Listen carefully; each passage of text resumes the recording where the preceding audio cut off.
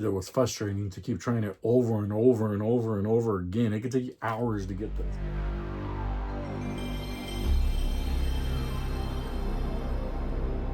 What is up, guys? Robert here, bringing you another video today on my journey through Platinum Retirement, where I chronicle games that are worthy to be Platinum. Whether or not they're really good, or they're kind of mediocre, or somewhere in between, I will let you know whether or not you should get this Platinum. So let's get started.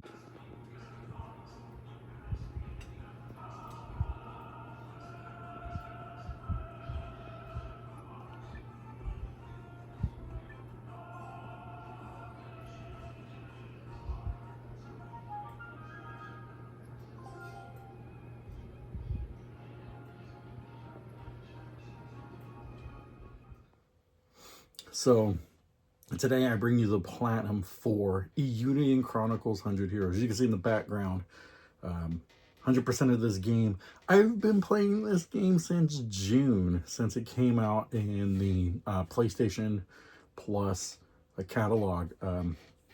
So this game, if you don't know about this game, it's from the creator of Suikoden. It really models after Suikoden 2. The trophies you get in this game there's a lot of story mode trophies, as well as you have to get 120 characters, and there's a lot of collectibles. So we're gonna break it down. So in case you don't know, this series, it revolves mainly about Noah, but it has 3 characters. You can probably see in the background here, you got Noah, Sane, and Marissa. Their stories kind of intertwine. Each of them are different types of guardians, but they all eventually come together in the game to fight against the last boss, which I won't spoil it if you still haven't played it, but basically the last boss wants to conquer world power. So when you start this game, Noah comes to this new town and meets Gar and Leanne and Mio, all these different characters in this town. You start out there and you're going through, the first dungeon introduction, and they have these hero combos. You can do that, and as you progress, you start to get the story trophies as normal. The story, I would say, has its ups and downs. You start off the game, it gets good. It kind of does that like wave. It gets good, it picks up, and then it kind of like jumps down and it doesn't. I think the biggest lag in this game is because my favorite of the Guardian was Marissa, but her story isn't well developed. I feel like it was more Noah and a little bit of Sane. They didn't really need his story in there, but they kind of intertwined them all. I don't think they needed to. They could have just focused on Noah, but as you progress, you finish the story, and then a war is happening, and Sane actually goes against you, and he wants to fight you because he's a general, and things like that. So your typical power struggle. You're trying to recruit people to stop the war, and you get your own castle, and you start to recruit people. So you have to recruit 120 people. Like I said, a bunch of story mode, but I think the biggest lag in this game is the collectibles. When you get your castle, you have to build up your castle to level 4, as well as for the trophies, you have to max out everything. So one of the things that I did not do, which I think you should do if you wanted to tackle this Platinum, is start to actually grind out materials through the guild missions. Now, as you start building your castle, you get the section of guild missions, and basically what happens is you send some of your team out on a guild someplace around the world map that you send them, and they start gathering materials for you. So that is a little tedious. I think that's a con from this game. I don't think it was good in a sense of they made you do so much grinding in this game to get the Platinum. I think one of the most difficult trophies in this game are the treasures. Now, you have to get 227 treasures in this game. The problem with that is there's no map. There isn't a map to tell you whether or not you got the treasures in that location to determine whether or not oh, okay, I'm missing one here, I can get it. You don't know. So I had to grind it out. I ended up finishing the game with 224. So you can imagine my, my feeling when I'm missing 3 treasure chests someplace and I have to grind them out.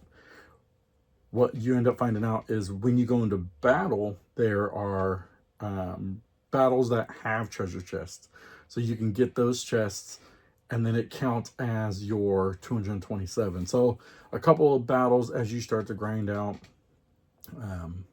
you realize that they have what is called a gimmick battle, and that gimmick is something you can do. You can use an environment to attack your enemies, or in this case, you can attack the treasure box to be able to receive the item in there. So I think that's one of the cons in there, as well as they had these little egg races that you had to do. Now you had to do so many of them to beat the whole stages of the mini game, and then you had to breed them, and then when you breed them you get a trait that you put onto your next egg person that you're racing.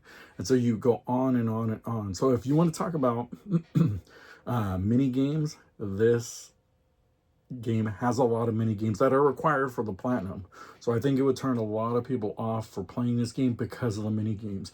You had to do a theater script, which I don't get why you would need to even do theater in the first place. Cooking battles, similar to what you saw in Suikoden 2. The only good thing about that is the cooking battles, if you lost, it wasn't a permanent loss. You could restart it again. So there are a couple times I had to try and do that. So you had that battle, as well as you had a hot spring, which was weird that you need to have a hot spring in there as you're building your castle. You have the egg races, like I mentioned earlier, as well as you had to get a bunch of ruins, which ruins are similar to Suikoden. As you equip them, they give you some kind of trait, strength, an ability you can learn, things like that. So I think that's the con of that game that would turn people off from wanting to platinum this game. Now, I think in general, one of the hardest trophies, if I can go and take a look at it, let's load it up here. So you had to, Town Builder, I think, is one of the hardest just because you have to grind it out. But if you look, I would point out 2 of them that are really, really annoying, of like a mini game type of thing. One is Hero of Commerce. There's this, you build this kind of trade center and you buy different you buy different items and you take those and you sell them at other locations, but you have to make 1 million. So sometimes if you buy it, like the profit isn't as good. So that took a lot of kind of like, it starts to get annoying, And then the other one, as you start going through here, is there is this race that you have to do. And it gets a little hard because of, let me see if I could find it for you. You could see, like, if you're looking at the list, it's like not too bad. Like, collect it all, collect it all, collect it all. So of course you have those ones that are grindy, that are a little annoying. Talk to animals, want all the Bygoma trainers. If you play, it's like a Beyblade type of thing. You had to fight 44 different trainers, and you kind of had the spinner thing. That trophy was annoying, having to fight all those people, and you had to collect them all. When you fought enemies, they dropped Bygomas, and you had to take those, use those, of course, to fight all the trainers. It was annoying to grind those out. So as you can see, there's a lot of grinding. You have to defeat all heroes at cards and collect all the cards. So looking at that, a lot of grind in this game. That's where I think the con is in this game I wanted to show you. But this one was really, really annoying for me. Took first place in all the She-Arc race classes. Now this one, you were kind of like on this boat, and then you have to go through these rings. And once you go through those rings, you end up, gaining like certain time. You have to hit them all within a certain time, and you have to place first place. The problem I had was there was a glitch to it. I could not see the screen, and if you go too fast, you have to use the controller pad instead of using the stick. And so it's a little weird as you're used to the stick. You have to use the pad to control it, brake, things like that. And it was frustrating to keep trying it over and over and over and over again. It could take you hours to get this, but I think that is one of the most annoying trophies. I would give you a flip side on that. One of the fun trophies that I liked was this one, Skilled in War. Now, as you started progressing the story, you started kind of going these war battles where you had one army trying to conquer you, and you fight back like that. But you got to control them on a little map on how you wanted to fight, and you had these what they call these legions, and you can raise your attack for one turn, or you can lower the enemy's defense. That was really fun, and there was, I believe, 5 of them, but it was really fun. So um, that was probably my fun one of the mini games. But you can see a lot of them are just grind out this, grind out that, spend this much money, things like that. So you can see that it kind of gets to the point where it's a lot of grindy stuff. So con for that. The plus side is a little bit is, one, the characters are fun. They're actually enjoyable. I think some of the characters in here are more enjoyable than they were in Suikoden 2.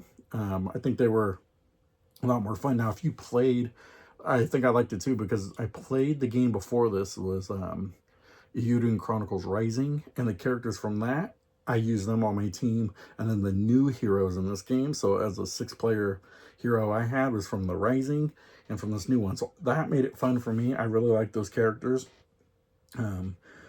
Honestly, I recommend you can build your characters however you want. Some people have a list that says this is the best, this is the best. I think you play it however you want. I did not struggle a lot through having, because I played with certain characters. But the battles are similar to Suikoden. You have a character who predominantly needs to be in the front in order to attack. You have kind of a medium range character, you have a long character, you keep them in the back, things like that. You have your tank characters, you equip the runes, make them stronger. Your hero combos is kind of like your unite combos in Suikoden, things like that. So that's what made it fun. The battle system is good. The story at some points were really, really good. Other points it kind of dipped off.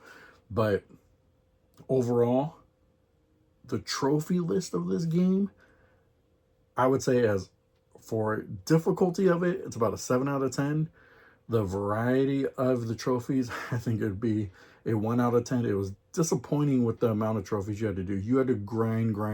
Like, that's, once I beat the game, I'm sitting there sticking to having to grind like for 20 hours after I beat the game, and it was ridiculous. Like, what am I going to do after that? I'm supposed to go and just, okay, keep playing the same race, keep doing this Bygoma thing, keep doing that. Eventually, I think it sucked the fun out of the game. Once you beat the story, like, you got through the story and it was like, that's it, that was fun.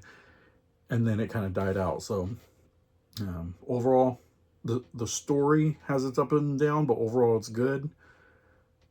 Battles are good. The characters are good. I think they really developed the characters. They were really fun. Overall difficulty of the trophies, 7 out of 10. The variety of the trophies, though, is what really bothers me. I think a 1 out of 10. I don't think you need so much grinding trophies. I think you just need trophies that can, like, dip your foot into trying it. So if you want to experience other runes, go for it. If you want to do a little bit of races, you can attempt it. But overall, would I go through this journey again? I would not. I don't think it's a journey that you'd want to it took me 85 hours to go through in like a 2-month period. So I don't think I'd do it again. And I'm a big RPG fan, but once I beat the game is short, but it took me a long time to get through. But overall, I would not recommend this trophies to go through this platinum if you are not an RPG fan. I think it's good if you really like RPGs, play through it if you want to experience the grind. But overall, if you're not an RPG fan, I don't think you'd get through the story, as well as I think the grind would turn you off. And then even though the character is good, I think you'd not like the characters because the grind is so bad in this game. It's worse than Rebirth. And you want to talk about mini games and Rebirth, I think this one is worse. So overall, I would say not to add it to your collection, only if you are not an RPG fan.